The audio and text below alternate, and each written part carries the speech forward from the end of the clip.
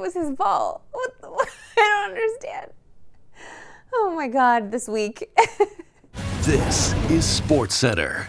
Hey, I'm Marissa Bruno, and we've got a Canadian team looking to get back on track tonight.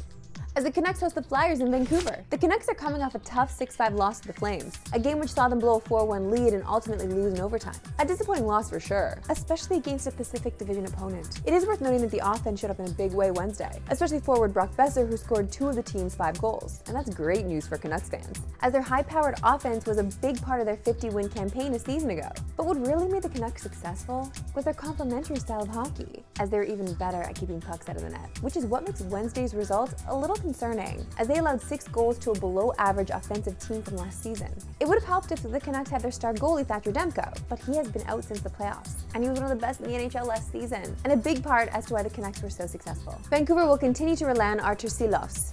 The good news for Canucks fans is that Wednesday's result was uncharacteristic for him, as he's never conceded that many goals in a game in his young career. It was also his career low in save percentage, so it's definitely a possibility it was just a bad one-off. But if this play continues, there's certainly a reason to be worried in Vancouver. Which brings us back to tonight. Vancouver has a huge chance to get back on their feet against the Flyers, as Philly was one of the worst offensive teams last season. And if there's ever a get-right game for the Canucks, it's this one. And they better hope so, because the schedule gets a lot tougher for Vancouver next week. Okay, it's Friday, which means it's a huge football day today on DSC. And the biggest game in the NFL has to be the Battle of the Beltway between the Commanders and Ravens. So time now for MMs Huddle. So let's huddle with our home team and look ahead to a wild Sunday in the NFL. Hi.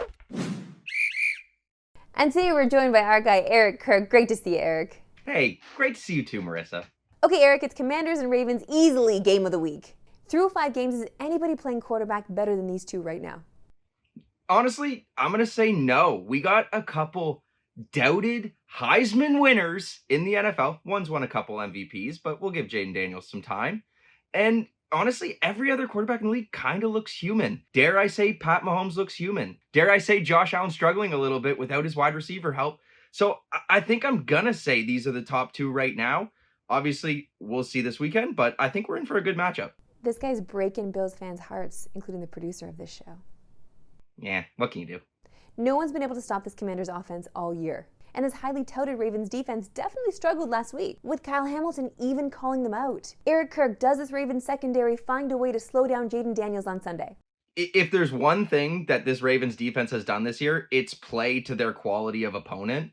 And that means when they're blowing the other team out, they just find a way to let them back in, except for, Bills producer Chris Hine, not them. So I think if Jaden Daniels is running this offense well, the Ravens are going to step up and play defense well. If they're not, then the Ravens are probably going to blow another 10-point lead, as they are famous for doing, and it'll be a close game regardless. So, wow, I'm surprised that you weren't a giant homer this whole time. Yeah, I try my best because I will get my heart broken on Sunday, so I may as well not talk it up and then get it broken anyways on Sunday. Wow, that's so real. Okay, Eric, I see those delicious looking M&Ms behind you, and I'm wondering, where the heck was my bag of candy, bro? I'm like Matt Judon, except body built by M&Ms. Sorry. Does that mean it's a good body? I don't get it. Okay, Risser, just want to let you know, M&M's is offering a 1-month subscription to TSN Plus with the purchase of any single participating product. Learn more at marscontest.ca/rules, or if you're watching us on Insta, just click the link below. M&M's, and you get to watch the Ravens win on Sunday. What a win. Oh, they're winning now. Interesting. I love this, so I'm going to go buy M&M's peanuts and I'll get TSN Plus for a month. It makes sense. And you can watch Commanders Ravens Sunday on CTV. Coverage begins at 1 Eastern, 10 a.m. Pacific. And for more NFL, be sure to hit up TSN's YouTube for the latest episode of Broken Table. Or once again, if you're watching on Insta, just click this link. Back to hockey, where Macklin Celebrini's NHL career started off on the right foot. Literally. Shoveled along for William Eklund. Here is Celebrini, pulling up, spinning, shoveling across. They score!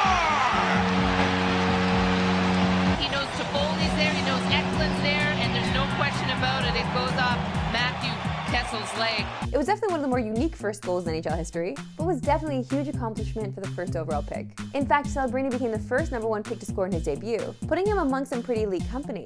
So what does this mean for Macklin? Well, for starters, 2 of those 5 players went on to win the Calder Trophy. And it's not surprising considering how well Matthews and Ovechkin played in their rookie years. But the other 3 players all had solid rookie seasons as well, which shows at the very least there's a little correlation between scoring in Game 1 and rookie year success. Celebrini looked great last night, and recent NHL history suggests he's on a path to a solid year. And yeah, we know it's only one game, but let us have a little fun here.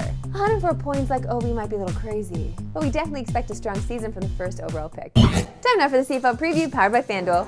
And let's look at a potential Grey Cup preview tonight between the Argos and Bombers. And we're going to focus on a prop here, because Brady Oliveira has been on an absolute tear lately, and his rush yards tonight against Toronto was set at 78.5. And over his last 3 games, he's averaging 120 rush yards a game, at 6.2 yards a carry. Those numbers are absurd, and another big game could lock up the MOP for the Bombers' bag. Now, we know the Argos are coming off a bye and do have a good rush defense, but the way he's playing, it's hard to not bet the over. And the last time he played the Argos, he really went off, going for 96 yards on 13 carries. And you can watch the Argos and Bombers tonight on TSN. Coverage begins at 8 Eastern, 5 Pacific. That's all for today. We'll see you back here Monday. Have a great weekend.